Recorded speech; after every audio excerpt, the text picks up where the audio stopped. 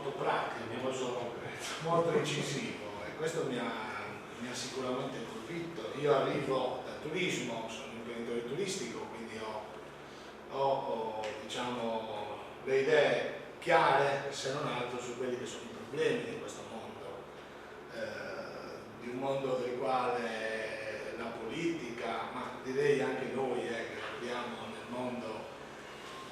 nel mondo datoriale, o siamo impegnati nel mondo datoriale, troppe volte ci riempiamo la bocca di questa parola, di questo concetto di turismo. Queste iniziative servono per confrontarci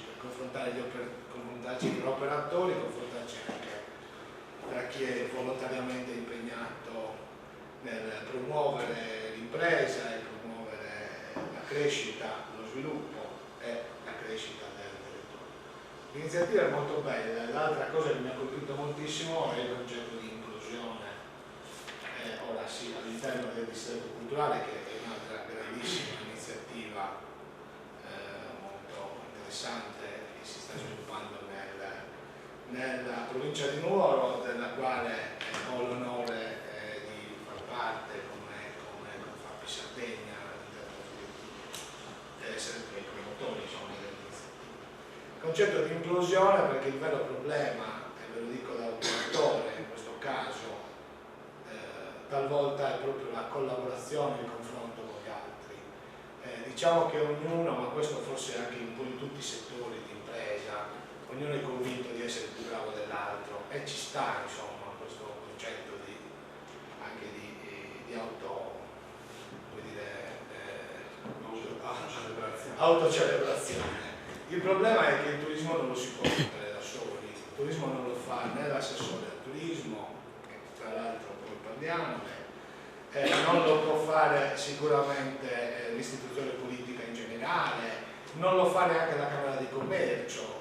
Il turismo lo fanno le imprese, lo facciamo noi che ci mettiamo la faccia, ci mettiamo le braccia e ci mettiamo anche i soldi.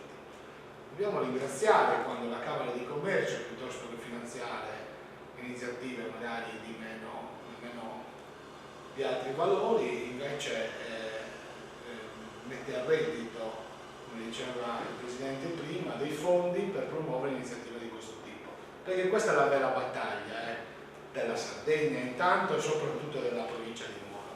È da qui che parte la grande scommessa, perché o lavoriamo insieme per un prodotto unico e vendiamo tutti un unico prodotto, o se no continueremo a farci riempire la testa di questioni tipo zone interne e coste, Mammutones e Berchida, cioè sono tutte fesserie. La Sardegna è una, la provincia di Nuoro è una cosa meravigliosa.